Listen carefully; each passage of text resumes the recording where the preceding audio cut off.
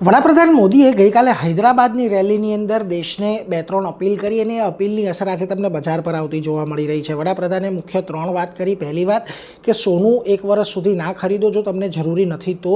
બીજું એમણે એવું કહ્યું કે બિનજરૂરી વિદેશ પ્રવાસ ટાળો, બહારના દેશોમાં લગ્ન કરવાનું ટાળો અને ખાસ કરીને પેટ્રોલ અને ડીઝલ ઓછું વાપરો અને ઇલેક્ટ્રિક વ્હીકલનો ઉપયોગ કરો, આ પ્રકારની અપીલ તેમણે કરી। અને આની અસર આજે તમને બધા સ્ટોક પર છે। જુઓ, સોનાની અપીલ કરી, એને લઈને આજે તમને ટાઇટન, કલ્યાણ જ્વેલર્સ, સેન્કો ગોલ્ડ કે પીએન ગાડગિલ જેવા જેટલા પણ જ્વેલરી સ્ટોક્સ છે આજે બધે જગ્યાએ તમને મોટો ઘટાડો આવતો જોવા મળી રહ્યો છે। વિદેશ પ્રવાસની વાત કરી, એમણે ટાળવાની વાત કરી તો ઇન્ટરગ્લોબ એવિએશનની અંદર આજે તમને ઘટાડા તરફી કારોબાર જોવા મળી રહ્યો છે। પરંતુ જે ઈવી એડોપ્શનની વાત કરી છે એને લઈને તમને જેબીએમ અને ઓલેક્ટ્રા ગ્રીનટેક બે એવા સ્ટોક છે કે જ્યાં આગળ થોડીક પોઝિટિવિટી જોવા મળી રહી છે।